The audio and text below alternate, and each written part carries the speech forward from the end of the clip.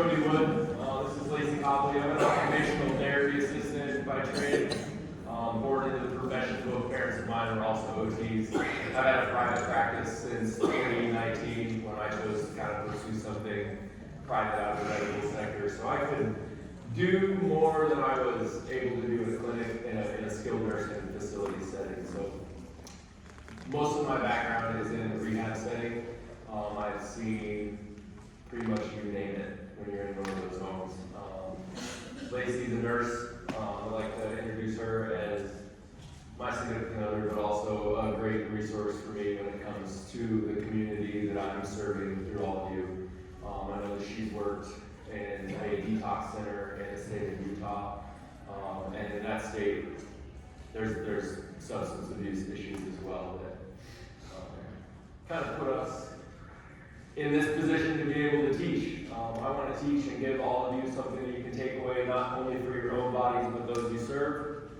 I'll give an overview for this first session, and then the second session, I really want to focus on individual Q&As. I've done this in the past, and I don't want the Q&A in the first session to overtake what I'm trying to take. So if you have another speaker that you want to see, feel free to step. I'm not going to be offended. Come in and out. You got me here for the next 3.5 hours, and then I'll make sure that I give my information to you for me to contact if needed. Please. Lacey, I have worked in mental health and substance abuse since 2012, off and on. And then Lifeline before that, as I'm sure most of us have. We're here today to talk to you about the way that we move and how we can have longevity and more pain-free, enjoyable life, just by being mindful of how we step. So I teach nursing students a basic decompression first thing, and how I explain it is in our foot there's, I believe, 14 bones. If you know how to play the piano, which I don't, but I imagine we all know how a piano works, each key strums a chord, and it's on the pedals on the ground. If you push on those pedals, it deepens those chords. So however you step, it's going to strum a specific chord or a tendon, and that tendon is going to make your ankle turn a specific way. So if you step to the side, it's going to feel different. If you step to the front, it's going to feel different. And if you use your heel, it's just like pressing those pedals on the piano, and it's going to tighten those chords. But that has a ripple effect up our entire body. So how we step is going to affect our ankle, which in turn will affect our knees, which will in turn affect our hips and our spines, our shoulders, our elbows, our wrists, our neck. We are one system, and it moves all the way up and it moves all the way down. That is how energy flows throughout our body. So with that in mind, I don't want to get into the huge details of muscles, tendons, ligaments. I want you to see the body as a system for what it is. This system, inside of it is the nervous system. The brain, the nerves, stress is transmitted through those. So if we can take care of that, which is deep inside the body, and we can take that and decompress it more often, we can prevent repetitive stressors before they occur. You can mitigate pain outright from what I've been practicing and doing. It's not the answer to every injury, obviously, but there's a ton of them in our modern environment, and that's the big thing here is all of us in this room are human beings. That's what we have in common. We all live in an environment that is no longer natural. That natural environment is something that we actually have to seek out in our current world. If you think about that at a level of you and I are designed to do something, and then what we're doing in the modern day is really entirely different. So from the time we're here, born into this world, and the time we leave, that entire time we are open to repetitive stressors.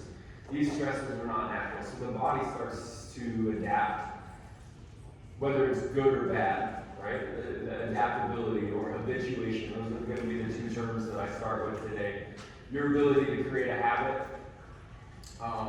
When you're a child, it's wide open, right? Like play, it's mindless, you're just doing it, you're learning. If you put a child types of humans in the end game there. So being mindful of those environments is going to give us, not only in our personal lives, but for others, a way to guide them and say, hey, this is how you have to decompress consistently. Because if we aren't, we are going to fall to that repetitive stressor over time. So the injury, the pain, if anybody's got a back that's giving them trouble, or they wake up, they're pretty tight, that didn't just happen overnight. A lot of time that is sequences of events, years, like we're talking long-term effects, shoes, flat ground, not natural.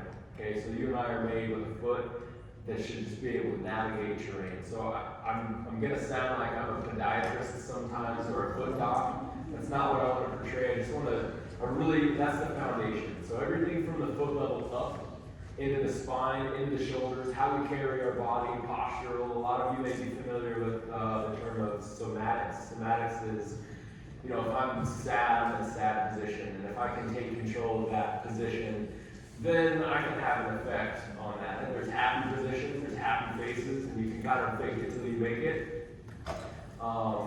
That is what I'm going to give you today. It's a lot of active decompression techniques. The other thing is the passive. I want you to be aware of passive. Passive is sitting in a chair. You're not thinking about compressing your spine, but if I sat you here all day, eventually someone's like, man, I have to stand up. That's your brain going, I gotta get out of this thing. These chairs have taken over our lives. I like to say that a long time ago, the only person in the chair was the king and the queen. Everybody else was kind of moving around. But today, we can all have access to it. From the time we wake up to the time we go to bed, it's right there. I want to ask people, how often do you sit in a chair? And they'll normally leave out the part where they sit down to put their shoes on, they sit down to eat. Like they only think about, okay, I'm intentionally sitting in a chair versus passively, there's a chair, I'm going to have a seat. So since all of you are here today in a chair, I'm going to go ahead and take you through a decompression while you're seated. Because everything I'm doing isn't going to require you to take off your shoes and head into the jungle, head into the mountains, head into the plains. But if you take your shoes off and decide, hey, I'm going to run like a Tar Mahara in 400 miles, you're going to have a bad time. Like you're going to have a recovery. You're going to have a technique to get up to that point. But all of us can do something intentionally while we see. I want you to understand that the rib cage and the foot, while they are very far apart, they're very closely connected. And if you look at that spine, I'm going to pull open, I love this picture and a bunch of other ones that show, but I want you to see that spine is a dome. Sorry, that rib cage is a dome around the spine. While there's only a heart illustrated here, if you expand that rib cage, try to expand the rib cage, you have to do something to do that. What is it? You have to take a breath, and that breath has to be what? Intentional. If you just take a passive breath, which all of you are doing, you're not thinking about it, but there's a part of the brain and the system that you can actually take control of. When you learn to take control of that system, it has an effect. Every action has an opposite reaction. Think of a pendulum on a grandfather clock. If I take a breath in, I'm eventually going to have to what? Exhale. And when you exhale, the further you exhale, the more space you're going to create for that next breath to come in. So a lot of people with this information go, hey, I need to expand the rib cage, but really I want you to focus on deflating and get rid of that stale air, that energy in the body that kind of builds up. So everybody kind of purse the lips. Everybody's done purse lip breathing, yeah? Box breathing. There's a ton of techniques here. We're not going to go into all the breath work. I want you to know that the exhale is the most powerful piece, and then the pause after the exhale. How long before you get the sense that, man, I need to take another breath in? So I want everybody to test that for themselves today. Go ahead and take an exhale all the way out and pause, kind of count mentally before you get that sense of, I need to take a breath in. It's not about holding your breath, it's, okay, that's my brain telling me it's time to take another breath in. Raise your hand when you're done.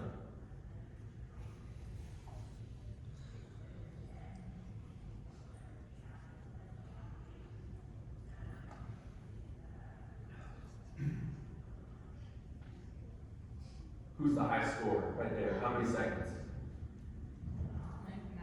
9. 9? 6. 6? 7?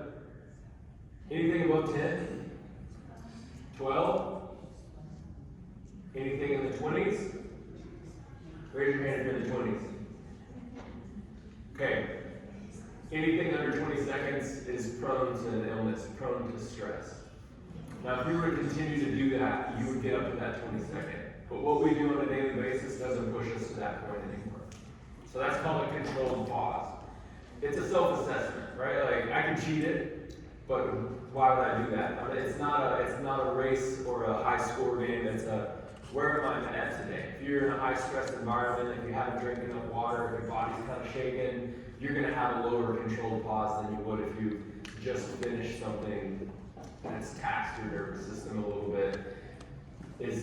Remember the pendulum, like I tax my nervous system, I exercise. When I'm done with that, what happens? Relaxation response, right? The body seeks that. It might lock up on you. It might say, we're not doing it anymore today. Everybody's hit that wall before. So little hacks today I want to present to you how to decompress. Take a big breath in through the nose. Expand the rib cage in all directions. Up, out, down, back, and then open the shoulders. Powerful exhale. 2 more of those.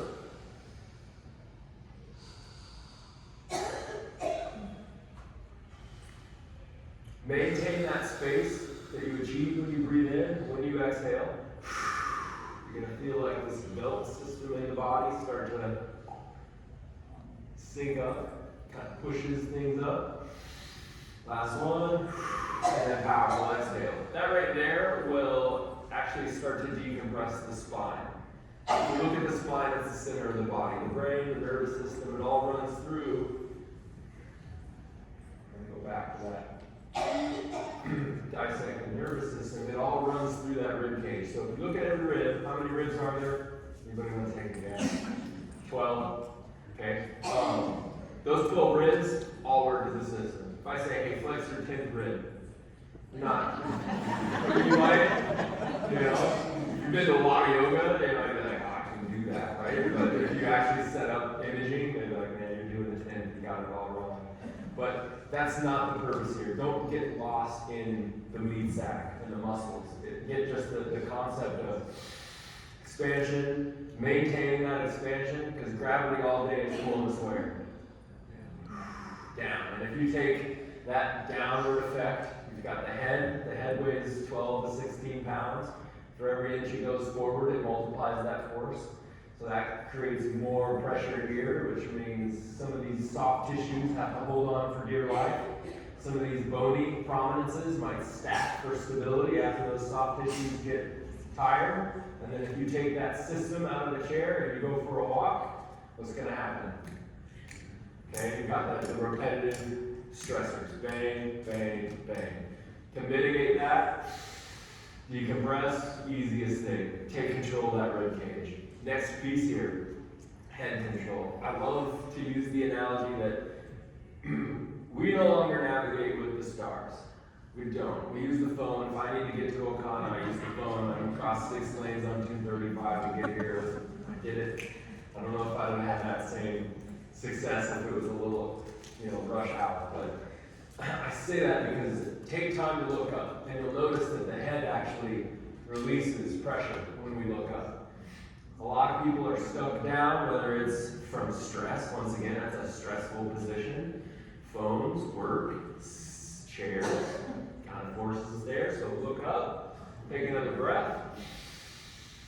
Pause at the top. Exhale. There's a confident person in the room when they walk in, or they're looking down the bridge of the nose. You're not in a hurry to go mess with that person, right?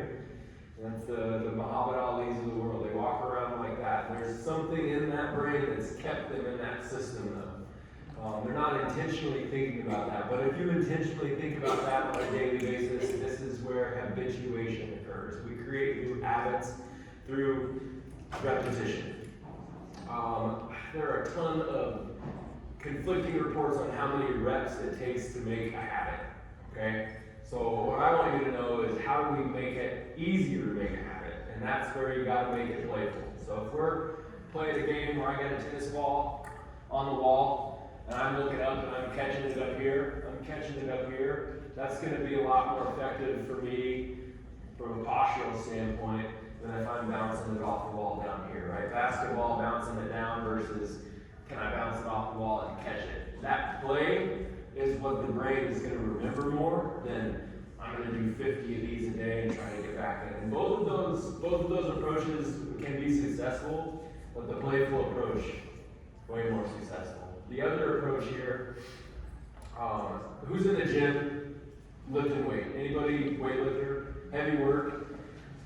Does anybody have a client that uses that? It's a great de-stressor, right? Heavy work is something that a lot of people seek once they've been exposed to it. They continue to do it, sometimes to the demise of that body. The reason they like it is that heavy work is calming. So heavy work does not always just have to be a barbell. The other thing you can use heavy blankets, weighted blankets, right? Traditional, old school pediatrics approach. Resistance balls, the big exercise ball that I'll pop out for my second session. You squeeze it. The harder you squeeze, try to pop it. It's pushing back. That's heavy work. Long duration heavy work can have a calming effect. Long duration heavy work in a good position is going to create habit. So you're looking at, this is habit habituation, which habit hacking, whatever we're going to call it. You can make up your own terms for any of this. Somebody made up all the terms for the body at one point. You want to use it differently because it makes sense for other people, do it. It's a system, it's a shape. That shape is very important here. What I'm leading you towards is a global shape here. How the body moves as a system, there's a hint. I believe there's a creator that created a shape. Now who that creator was, there's going to be different belief systems. But if you get down to it, there's a shape. And I can show you that that shape is consistent in a lot of things through natural patterns. If you look at that bear on the upper right, you will notice that the outside of his paw is going to strike the ground first. And if you look at the three bears on here, you're going to notice that the heel is pointing slightly away from the back hip on the same size as the foot leaves the ground. If you look at a pine cone in a hurricane, you're going to see these same situations where things spiral from the inside and they get bigger to the outside. Everybody's seen the hurricane, right?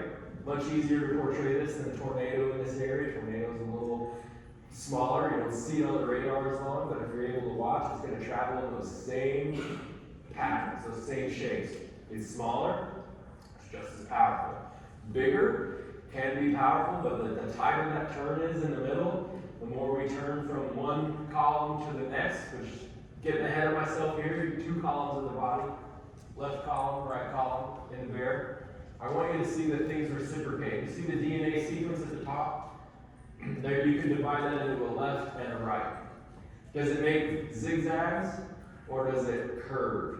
And these curvatures in the body is where we lose and we get more linear in our world. We get up, down, left, right. We lose the turn in the spine, which if you look at the baby, the sperm, the egg, before it becomes the spine and the head, it wiggles. We undulate. So take a breath and undulate the spine.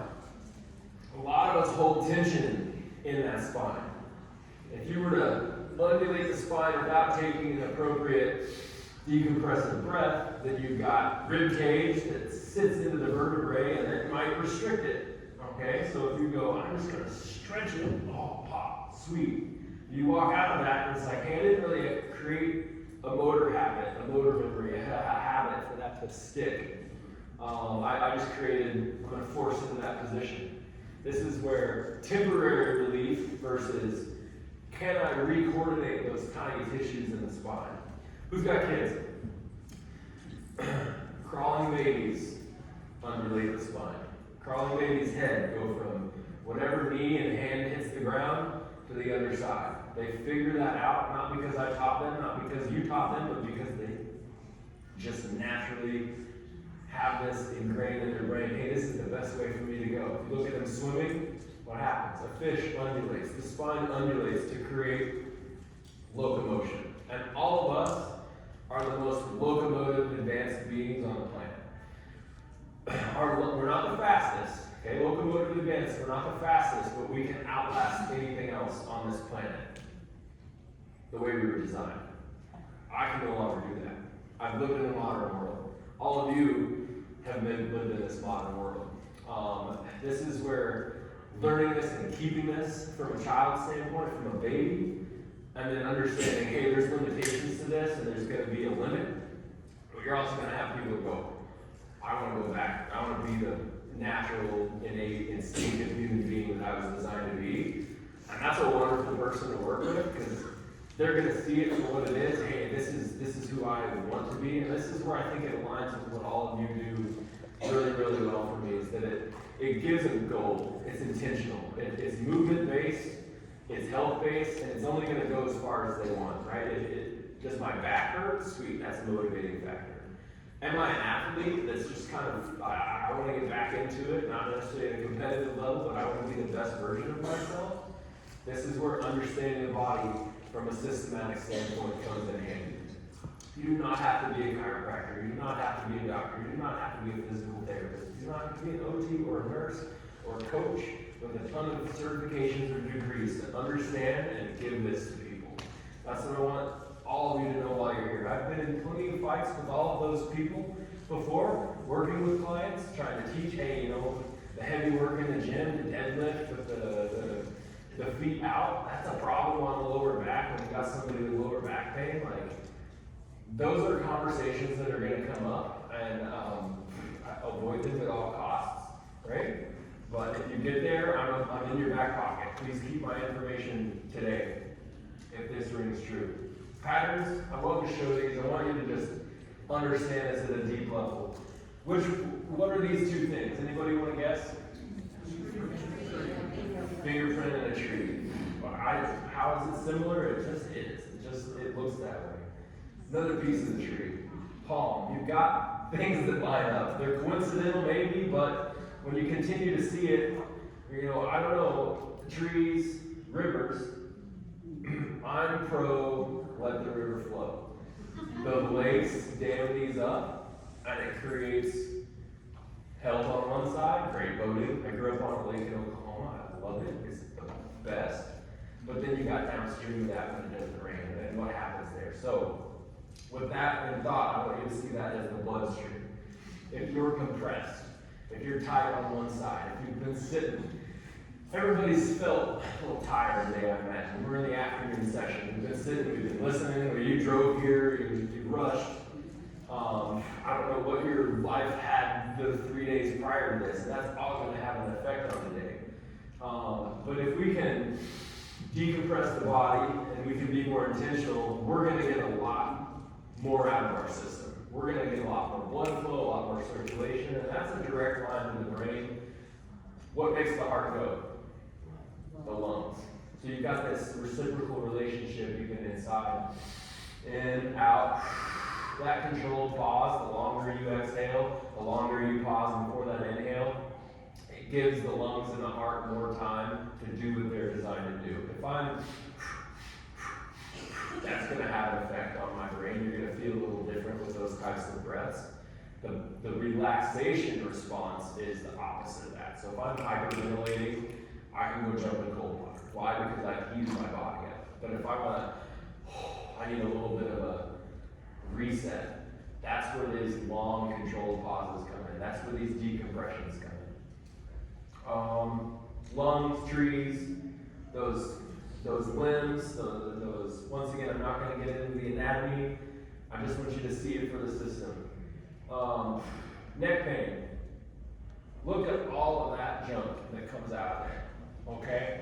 And if the head is just a little off kilter, and the lungs are collapsed a little bit, not that they're collapsed, they're just not fully expanding, and we walk, we're gonna live, a lot of us, if I were to do a video assessment with everybody, and this is something I'll show in a second session, I'll actually do a movement screen and dive in for everything, but I want you to understand that things land and stay in column for a lot of people. We've got a strong side and a weak side, but in reality, you just get really good at one side, and you're not in a challenge where you have to get over to the other side. Maybe I've got a desk and the mouse is on one side. In the field of ergonomics, which I've kind of integrated into. You can buy $500 desks that raise up and down, but if you're not aware of, hey, that's the key, then that desk is not going to do you any good. If you've got a fancy mouse and you've got wrist pain, look up to the neck, look at all of that junk that comes out of there, because we get pain that, to me, leaves the body in the distal extremities, the hands, the wrists, the feet, the toes.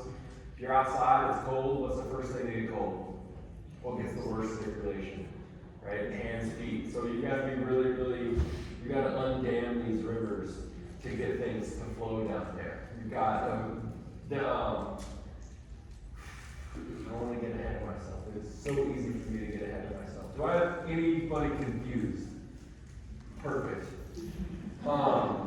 That diagram, I want you to know, that nervous system diagram, any of these images I can send to you after we're done, but it's a legitimate dissection of that nervous system. It's symmetrical. You're going to look at this outside of the leg and the outside of the foot. You see all that? A lot of us don't use that anymore. A lot of us are toes out, heels in, knees to the inside, and we use predominantly the inside of the foot. Everybody pick up a pencil.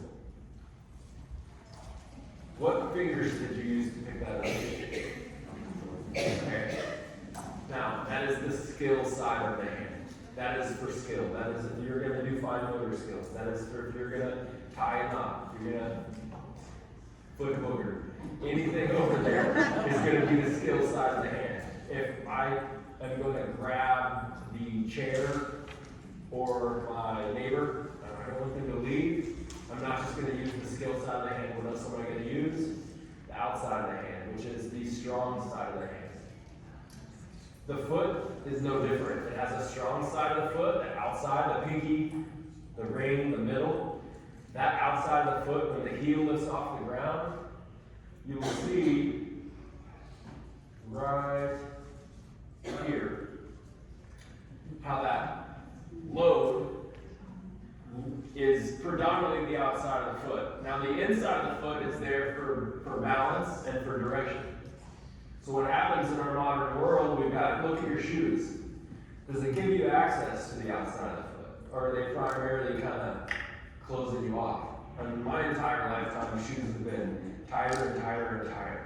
And in some circumstances, track, I think there's something to be said about that. Tighter, more rigid foot, because I'm just going to get my feet down and I want that rigidity in the body. But if I can regain or maintain that development of the outside of the foot, you will see that it's actually a lot springier. Anybody know who that is? The name's up there. So that's the most decorated gymnast in the world. And you will see that in rest, she uses the strong side of the foot. That outside of the calf and the outside of the hip is engaged. Most people are unable to squat in that pattern. In order to regain that back, there's a series of routines we can go through because the brain remembers it. The brain knows it's instinctive and innate. It's going to get used to it again. But if you go, I'm going to sit down like that again, and you're not able to open the ankle appropriately, then the knee's going to hurt. Whose knees hurt? Just looking at that. Okay? This is where the chair takes away some of what is instinctive and innate for us to maintain. Straight feet. I'm a straight foot fanatic. I think it gives you the best ability to stay balanced in your columns, in your meat suit. And it gives you the best ability to keep the outside of the foot under the shoulder. As soon as I'm a little wider, a little more of an athletic stance, but I'm way more apt to dump to the inside of the foot. And if you watch, you'll see people's knees go to the inside too. If I were to sit knees in, feet out, and sit my butt back between there, I'm going to torque the knee in a way that really stresses the inside. More on that later this afternoon. What I want you to know is that these symmetrical patterns, knees, hips, shoulders, ankles, all stack in a column. So I brought up the columns of the body earlier, left column, right column. You're reciprocating between those columns. Those columns at rest give you the ability to actually relax. In a chair, you don't have that. Because you're compressing the what? Base of the spine. Base of the spine. So that sacrum down there just takes, which is why our chairs are cushiony, right? And the more cushion in the chair, the easier it is to sit on. The easiest way to get some of these patterns back in the position that you're all in right now is if you just elevate the feet. So if you just straighten the feet and raise the heels off the ground, you'll feel the outside of the calf, maybe the back of the leg, kind of engage. And you just hold it, take a breath, and then let it go. And that's that pendulum effect. You're inducing a relaxation response. Now, if you were to hold that position for my entire speech, you're going to walk out of here going, man, what did Cody do to me? And that's not the purpose here. You've got people on hard floors, flat hard floors. That's the stressor. That's the biggest one that none of us are going to change. We're not going to repave the sidewalks. We're not all going to go, hey, we got to get rid of the carpet. We got to get rid of the flat ground. We need bumpy sand again. It's just not going to happen. So you've got to have these recovery techniques. You've got to have intention with these recovery techniques. I love this because I don't know if that's a real video or not, but I'm going to use it. The feet, if you look, they're in the columns. If he were to be wide, he'd be whatever foot left first, going to push him that way or this way. So when you're in a wider stance, you're kind of like weeabling and wobbling, which, what happens then? I got a hip that has to push out, and I'm in the inside of the foot. I lose the strong side of the foot. I just push it on the skill side. Now I'm doing push-ups with my pencil fingers. It's going to hurt the what? The wrist, okay? So when that wrist starts to hurt, what am I going to do? Well, I'm going to stop using that hand. So the same thing with the feet. I have an injury on this side. Well, I'm not going to use it. And now I'm going to repetitively use this side. And 15 years down the line, I'm like, man, my good side is hurt. So I'm going to go back to that side. Oh, I can't be over there anymore. So it's not an active, I don't want you to go, hey, I got to get this back. I want you to really, really think about how this becomes important in how we rest and how that passive input affects us the most. Because if I don't mitigate the passive input, then there's not an amount of play or heavy work that I can do to rebuild this habit. Spine. I love to use Simone because she follows these principles of movement. If we were watching her on balance beam, her foot is straight, her heel moves away from the body, she moves the hip, her head leaves, and she's perfect. She didn't lose it for whatever reason. Look how long the spine is. Everybody kind of take a breath, hands over the head. Kind of the same approach, right? Turn the thumbs in and the palms out. That really closes, this is where I call closing the shoulder. Now open the shoulder. Good. Open it wide. Boom. Come back center. Sorry, you got neighbors. Boom. Right here. Right here. Okay. Boom. So what we just integrated now for the first time today was the shoulder capsule. The only place the shoulder connects, right here, on the collarbone. Everybody reach by your collarbone. Trace it to the middle. And you're going to find the only bony joint that the shoulder connects to the rest of the skeleton. The rest of this system floats. It can be pulled on, it can be tightened. A lot of us hold things where? Shoulders. Here. So, closing the shoulders, elite. Okay? Opening the shoulders, a lot of us don't do. So don't get this picture thinking, man, I'm going to get better here. It's a great thing to have, but in reality, we're all really good at this. And if we can open up, thumbs out, palms up. Yeah, I like it. Just kind of gradually open, and then sink the shoulders, elbows down. Elbows towards the rib cage. And you're going to feel space right through here, I hope. Yes? Take a big breath. Good. Maintain that space. 2 more. Nobody's cramping. Nobody's got to stitch it in. Don't do that. Unless you want to cramp right through here. Okay, so the biggest muscles in the shoulder are down here. If I'm slumped, I'm not going to have enough tension in those tissues to really create any length because I've got slack in the system. It's making sense. So I've done ribs. We're not anywhere near the hips yet. We're going to do that. I want you to understand the shoulder opens versus closed. Everything you do, closed. All day long. Opening the shoulders, taking a breath. Open, looking down the bridge of the nose. That's the upper body. A little taller. Now, the hips, for Simone, are where in relation to her rib cage? Back, okay? If I tell you to put your butt back in the chair, it's not going anywhere. So take the rib cage forward. And you're going to feel that length through the back of the spine. Now, head control. Not out here. So you can leave it out there, but then bring it back. Kind of think about, can I take my ears back? You don't want to mash it. You just want to gradually pull it back where it's not comfortable, but you're like, all right, that's a little tougher for me to hold it there. Look up, open the shoulders, reach forward, up. Big breath. And then come back down. So we're getting closer to a run, a walk, a crawl. Baby that crawls versus hips. Her hips, their hips. Back. Rib cages forward.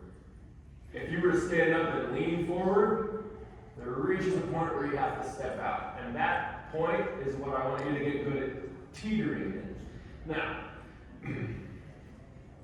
disclaimer, use support. Alright? And you're going to get there and, oh, wow. And you don't have that reaction response, which is how a lot of falls happen. Our grandparents, you know. Anybody know anybody who's broke a hip? Think about how that could happen. Do they fall this way?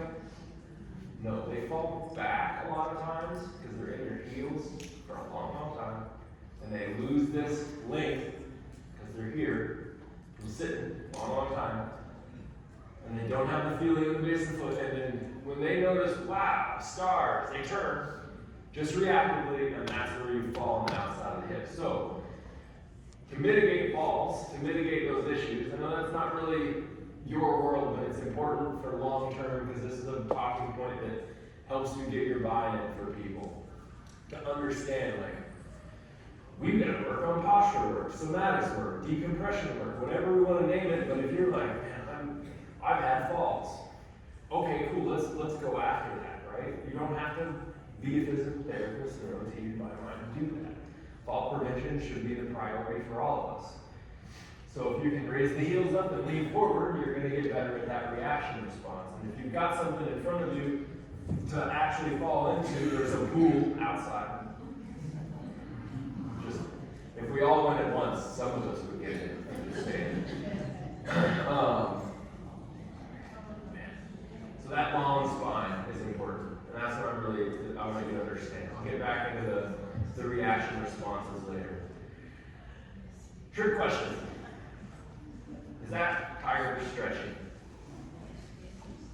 Okay, so this is where I want you to understand the difference in stretching and actively taking control of the body and what the difference is there. If I were to take your shoulder and push it into a range it doesn't tolerate,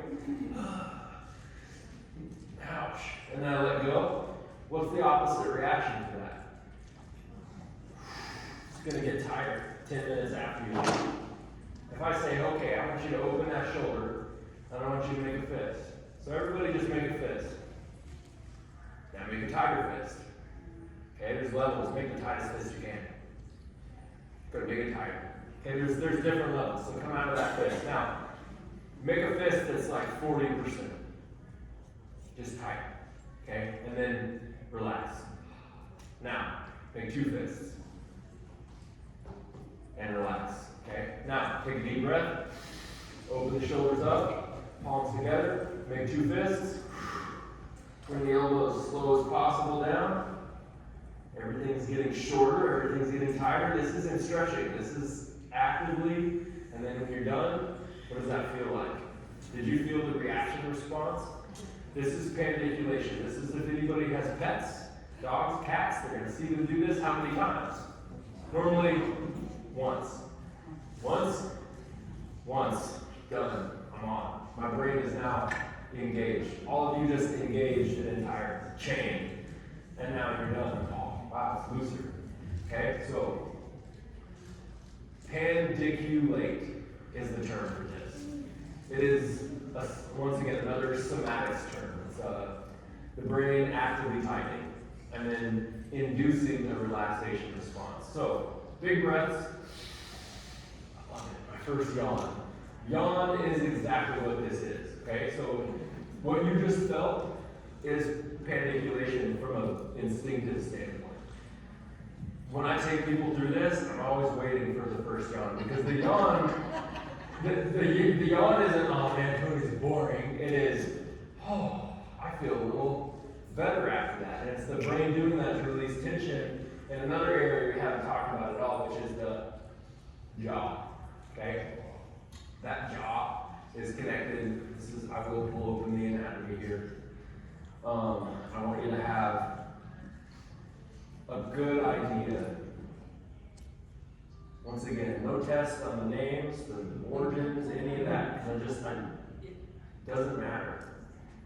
What matters is you see that there are junctions in the body. And if I'm trying to mess with the jaw and the neck to make it feel better, and I don't take into account all of that, so everybody just stretch that. Stretch that rotatories longi, right? It's not going to happen. But if you look at, okay, how can I intentionally do that? Well, I need to lift and open. And if I lift and open the ribs, it's going to have an effect on the top of the hip. And that's going to have an effect on the rest of the nervous system, which gets beat up the longer we're here.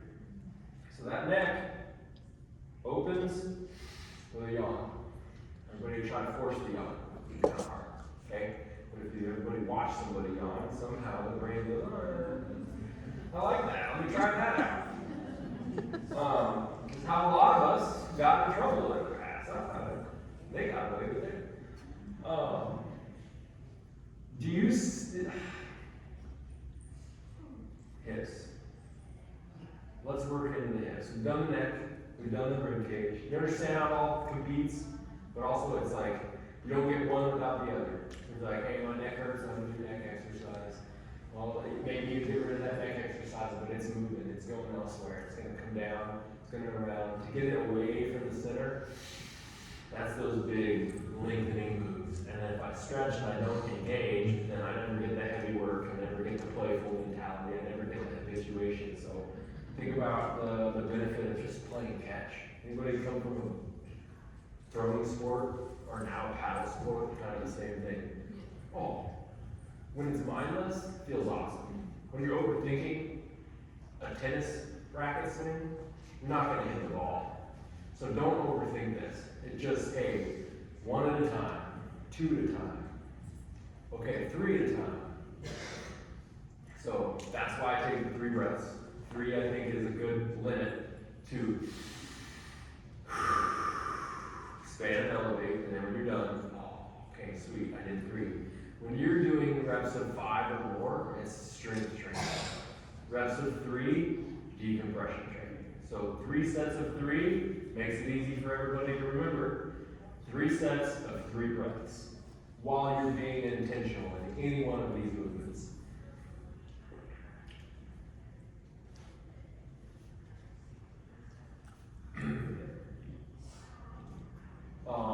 Those aren't intentional movements, right? That's a reaction response. The one on the top, the front legs are loaded, the back ones are about to engage, and then they boom, and then it turns into, you're fully off the ground. So everybody's fully off the ground in a moment when we're walking. We're flying. We can fly for a very short amount of time. When we land, that is when we absorb force. So sitting, long duration, everybody stand up. Nice. I want everybody to take a peek without moving at your neighbor's feet. Now look at your own. Anybody got straight feet in the room? Intentionally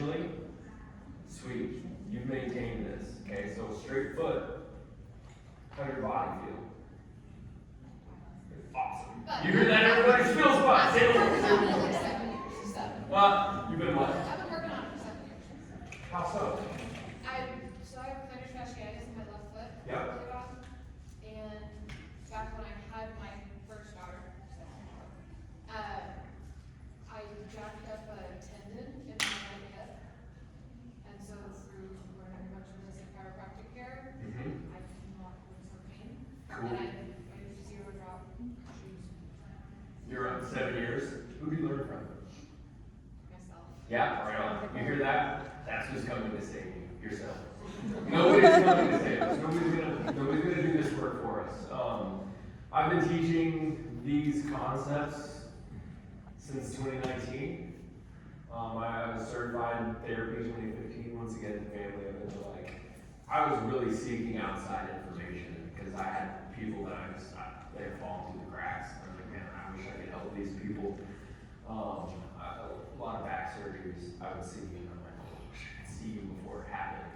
Yeah, I went to this podiatrist and he put me in a shoe that had way too much cushion and it kept my heel lifted up. 100%. And that's what they're taught, Like right? full goods and all that jazz, and I'm like, this doesn't feel right.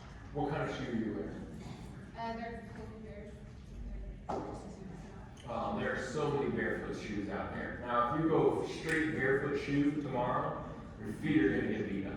So if you're in a nice heel rise, you want to slowly take that away.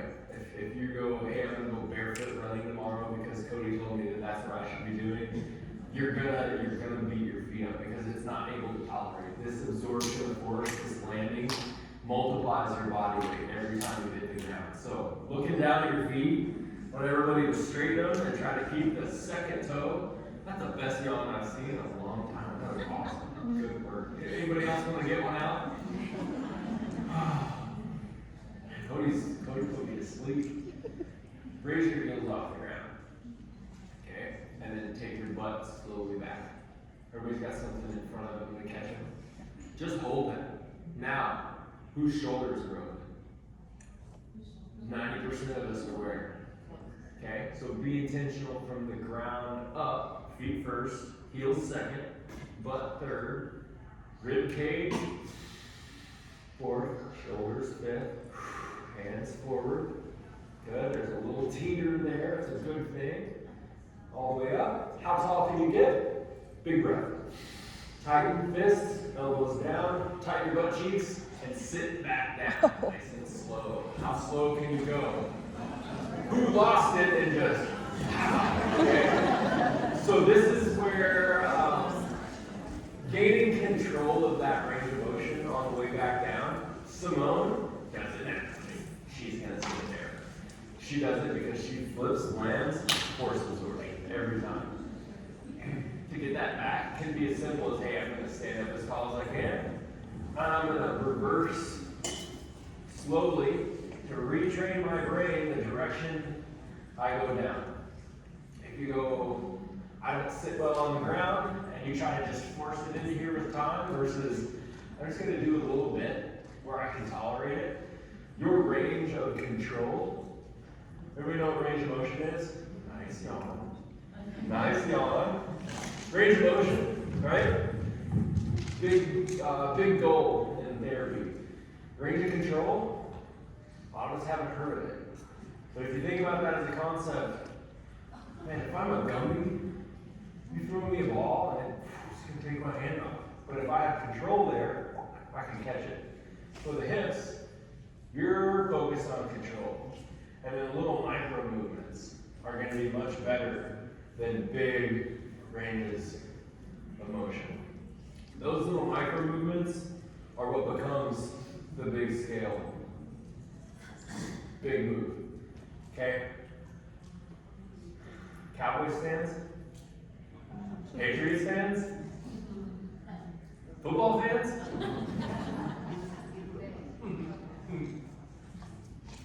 What are you showing me? Bengals fan? Okay, no football players. Sweet.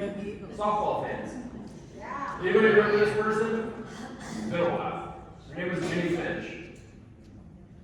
Good straight foot. Good heel release. Not because she's being intentional, it happens. 5 find the guy that had the best feet. What's his name? Babe Ruth. It's a resting pattern. Everybody stand back up and do what Babe Ruth does.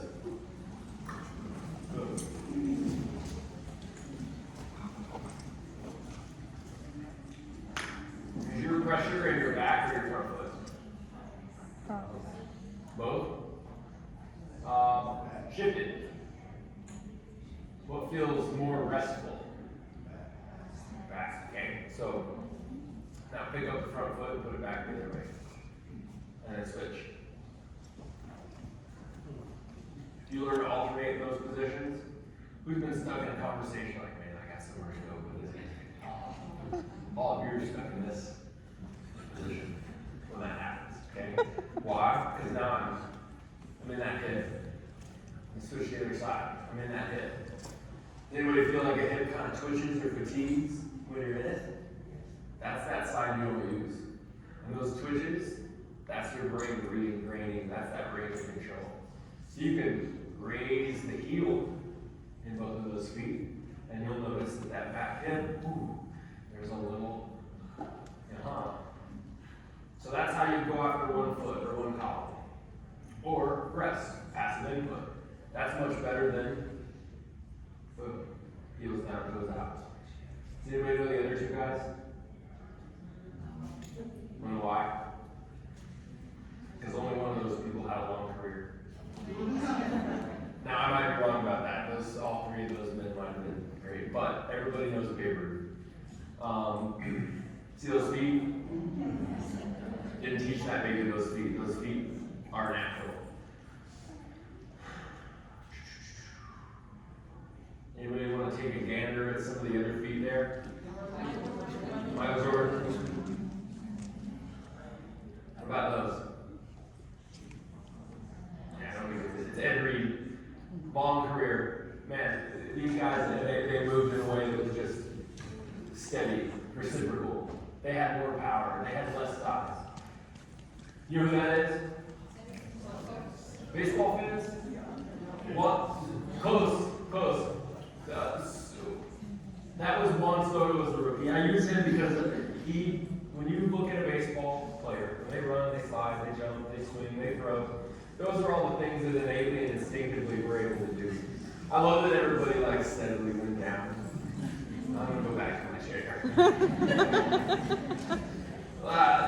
It's in your environment. If I said, okay, everybody take your chair away, you wouldn't have the chair to be there. You have to figure out some other resting pattern to get in.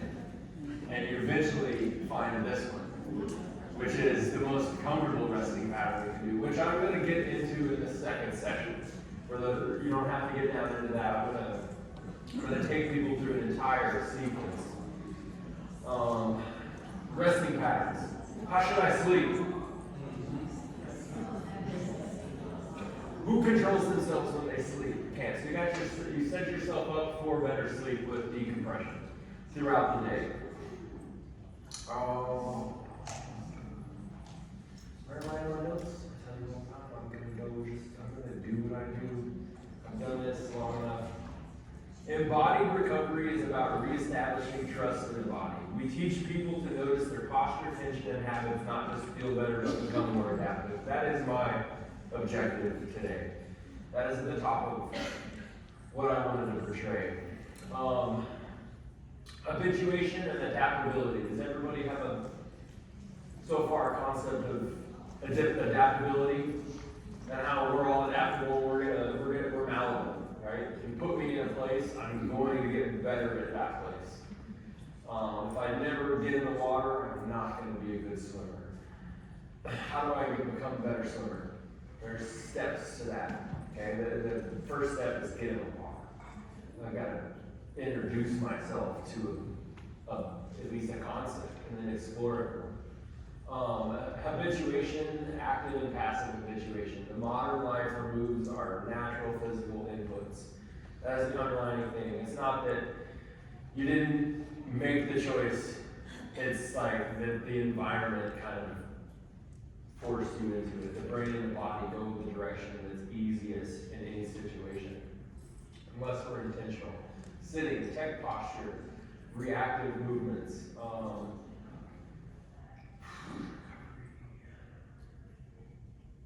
Anybody have a ritual of any kind?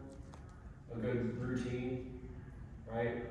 The perfect routine I've seen, has anybody seen the Instagram videos lately going around where they pour like the $90 bottles of water and stick their face in it? And like, the morning routine, from 4:30 to 9:30, they just like screw around. None of us can really do that. It's not, doesn't work that way. If you try to do that, you're gonna fall off that wagon. Like, it's not going to work. You have to set your environment. You have to be intentional in taking breaks from the repetitive stressor, because you can't eliminate it. Morning decompression is your proactive stress release. So to do this from a programming way, a morning, a midday, and an evening. If you can get those three things in, it's gonna have a positive effect on the body. That brain is gonna go, wow. And you're gonna notice little changes. Introducing pandiculation, that natural stretch and reset, boom, that's what I want you to really take away from this. You can do it anywhere. Gas pump, sit in a chair, head into the ball game, like, oh, I'm late, but I can still get one in. I can still get two in. Your evening routine is how you send your body a signal that it's time to decompress after your day is over. I'm bad at this. You know this. Blue light at the end of my day. Your phone, it doesn't allow the brain to like go to sleep. It affects our sleep patterns. The other thing we can do is what I call a supine decompression, laying on your back and going through everything we just did. Sitting, went through one sitting. Okay, straighten your feet, put your big toes together. Separate your heels, raise them off the ground. Close the hips towards one another. Squeeze it, put your pencil down there and squeeze it in between the thighs.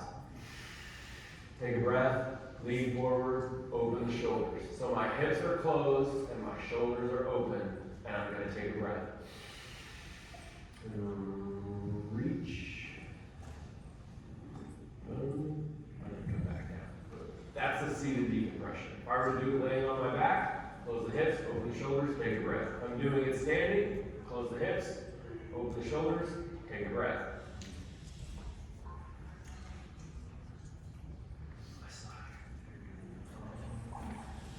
Feet, I'm gonna go back to them, they're important. Take your shoes off.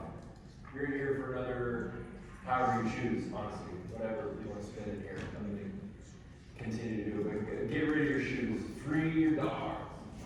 That foot on the right is compressed. And if your foot's compressed, that's the signal to the brain what? That it's compressed. And it's gonna have that negative reaction to that. If you'd like your neighbor to put their shoes back on, barefoot shoes stink. You wear socks? When's the last time you went for a walk in the grass? Is anybody not familiar with grounding? Don't wear shoes outside. What that allows you to do is reconnect to the ground. We are an energy system. Remember all the hurricanes and all the reciprocal patterns I'm showing you? Those are all energy systems. They load and they release. They load and they release. When you walk on the ground, you load the body. Not in a fist way, but like you're receiving electrical input, I believe, from there. We are an energy system, not just in a physical, observable way, but like there is something to be said about human beings. You felt it around other people, good and bad. I like it. I don't know why, but I like it. When you give that foot access to the grass, to dirt, to something that allows those electrons to connect with the other electrons, you lose that as soon as you put on a rubber sole. It is non-conducive to electricity in the physics world. Who's got a rubber sole? Who's got a foam sole? Who's got a leather moccasin on? Rewind 200 years. Who's got a leather moccasin on? Who was running a race? 200 years ago, me? Today, me. Okay, so anybody want to make moccasins? Please, I need to find moccasin makers. I'll sell shoes. I got one for you. They're simple, they're easy. I know that there's an old world around there somewhere. Somebody knows how to make them. They make We're good gonna ones. have a class, you can come learn how to make them. That's what I'm talking about. And then there's intention, because you're like, oh, I made these. Where'd you get these? What'd you say? Where'd you get your shoes? I already got one. 100%. I heard it all the time. That could be a thing of the past soon. So, love it. I think it's great that you're doing that because you're going to save feet, you're going to save backs, and you're going to reduce repetitive stress for people. You're going to have positive effects on things that just wave after wave. But if people aren't intentional with it, it's not the end of the world. Passive, hey, wear these. Just twice a week. Or do a class. Say, hey, we're going to do barefoot class today. Come to my office, leave your shoes in the corner. Why? Well, I want you to get in tune with the body again. Get good with the toes. Get good. You can make it playful, make it fun.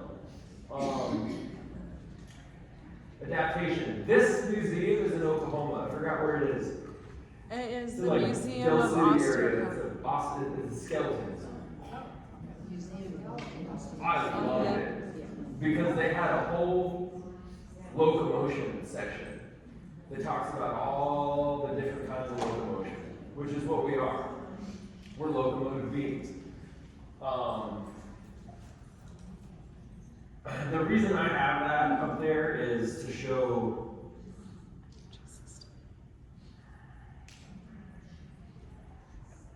that's the loaded position. That body is, you see the DNA in the biggest way. Out to the left, through the spine, all the way out the back end, and then he's going to close that wave. Any golfers? Man, it's a 1 foot game. And then you're on the other side. If you're trying to spread out wide and get another 15 yards, you're going to have a shorter career, in my opinion. You're going to tear something up. And golf is an excellent way to decompress. Until you start keeping score. So, what do you notice about that shoulder?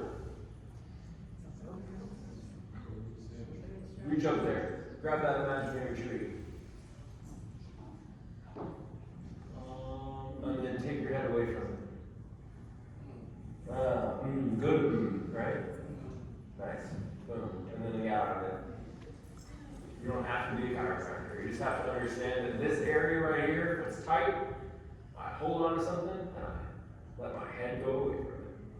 And it opens that side. Big breath. And relax. Open.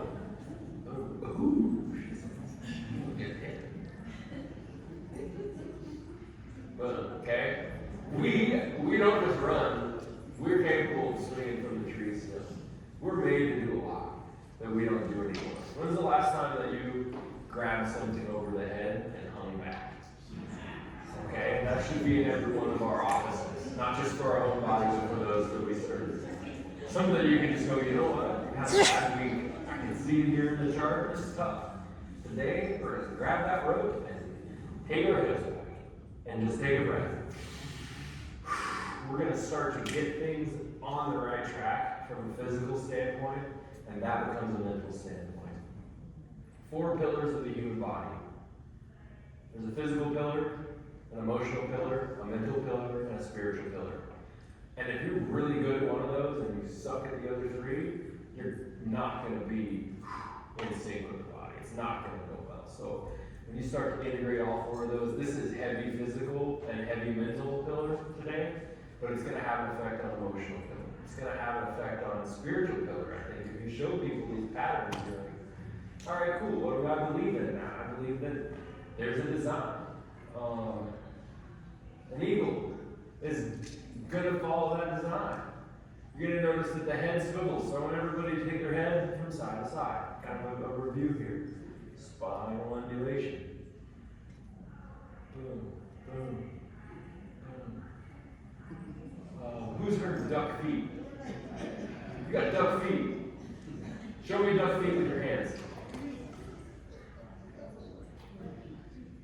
I'm showing you duck feet. Most people think duck's there, but if we look at the duck, they got straight feet.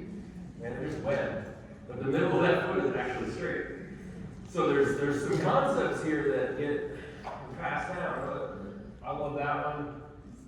Any of you that have an Instagram, Jane 108 Academy is a fun page. He does a ton of Sacred geometry. sacred geometry, phi, the number, PHI. That's what, you've got two sacred numbers, pi and phi, and he's big on, which is what I'm teaching. It's a spiral that continues on and on and on and on. And if you look at water, if you drop a stone in it, the somatics of that become, they just align with everything.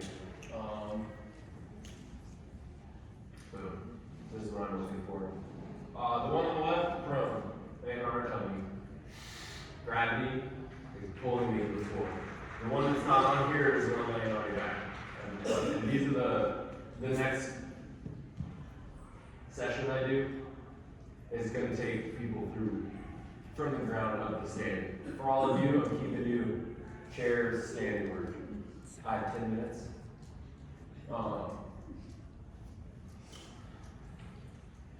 Review. Thumbs face the rib cage, pinkies top the hip bones. Okay, take a breath. That area is going to expand. When you maintain that space while you exhale, that's what creates that habit, that new awareness. There's a belt system in there. Opening the shoulders, looking down the bridge of the nose, on a good base of support, rib cage in front of the hips. Good, super simple. You got somebody that can't get a shoulder up and out? Boom, right here. Lay them on their back, have them close their eyes, and just, you're going to spend 2 minutes there. It's hard to spend 2 minutes flat on your back. Who sleeps without a pillow? So this is, yes. When did you start doing that? Yeah? You just thought, hey, I lost my pillow and I can't get another one? Saw a video?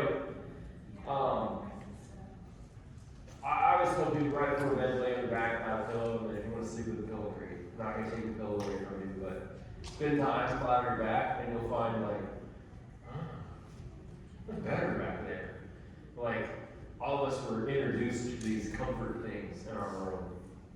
And that is that repetitive stress over time. If it's comfortable and easy, then your body's not doing the work. It's not, and you'll miss pieces of the puzzle. I believe in any endeavor in life, you must not shortcut it. Because there's something to be said about, hey, I'm going to take the journey that looks like this, versus I'm going to walk through the field and skip the countryside road. And I might miss who knows what while I'm over there. I might be there first, but then I'm here and I'm waiting on everybody. That's the other piece here. Shoulder work, elbow packs. We did here. I explained open shoulders, elbow packs. Take the hands behind the ears. You're gonna open. You're gonna look up, and then you're gonna close the elbows towards one another. I'm gonna open the elbows, and then close the elbows. Open. Boom. So 2-second holds in the middle, 2-second holds in the back. Don't forget the big breath, because each rib connects to the spine. And the shoulders rely on that dome that the rib cage creates for good mobility. What's causing the yawning? Say that again. What's causing you to yawn? What's causing you to yawn? That's a good question. No, I'm. That's a really good question. What's causing this? Is a kind of paradox the right word here? Like, where's memory stored in the brain? It's also a relaxation response.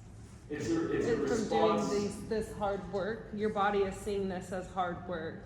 There, you're moving new muscles that haven't been moved in a while, and you're You're doing. getting into an area where like, the brain's like, oh yeah, no, it's gonna automatically do these things. So like, what causes it? Whatever you did prior to that, something triggered it, right? Like when we first started to do some of this, I was calling people out for yawning because that's, a lot of people are like, I'm so sorry. Like, no, like, yawning is an exercise in my book. It's the best exercise because it induces things.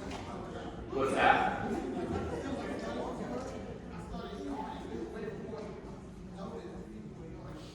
Just right out of the gate, what were we doing? Just posture work, or did we even got into that? So you changed, when you change your body position, that's like, if I lean forward, I get that reaction response, I come in a tip. The yawn is a reaction response. But that's a fun question. I've not had that. Why? How? Yes?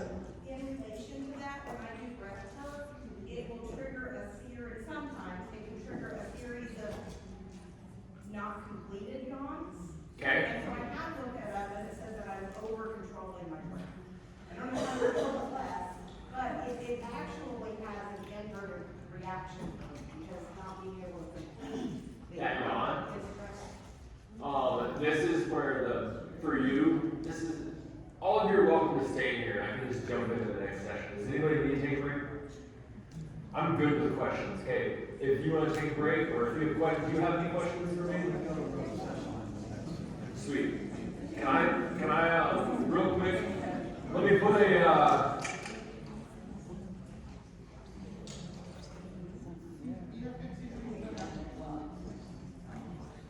so the next session is for questions, answers, and I want to demonstrate for you supine, laying on your back. Because that to me is going to help you complete the process. If I'm standing, or any variation of being upright, gravity is actively pulling me down. But if I lay flat on my back, gravity is now my friend. And I feel like if we do some of these decompression routines with you, lying on your back, you're going to be able to feel that complete yawn. This is where I get to tinker with it, right? Like when I have a client, like, okay, how can we make this simpler? But to make it simpler, you take it back to the beginning. The baby crawls after they do what? Learn to roll over, all of those developmental milestones, right? But like, if you take a newborn baby and lay it on the back, they don't really have bits where they are, but they're safe, right? And that's where the safest position is going to be the most likely to induce this reset or this relaxation response.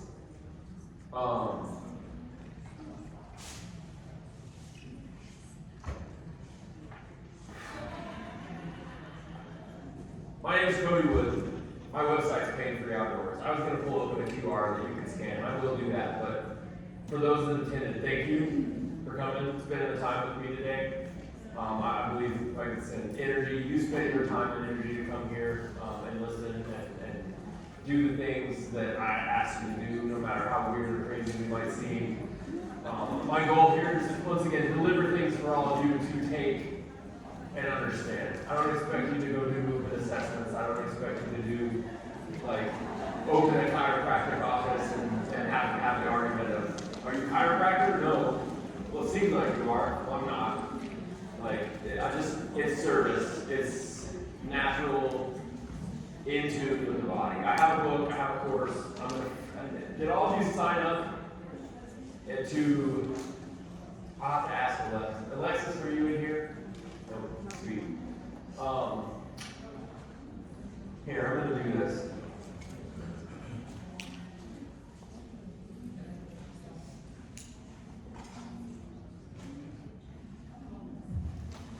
That takes you to a page that is a course. That course is going to be self-navigable. I want to make sure that works first. What's that? Make sure that works. Is that the one to the updated in tune? Oh yeah, your phone's in the room.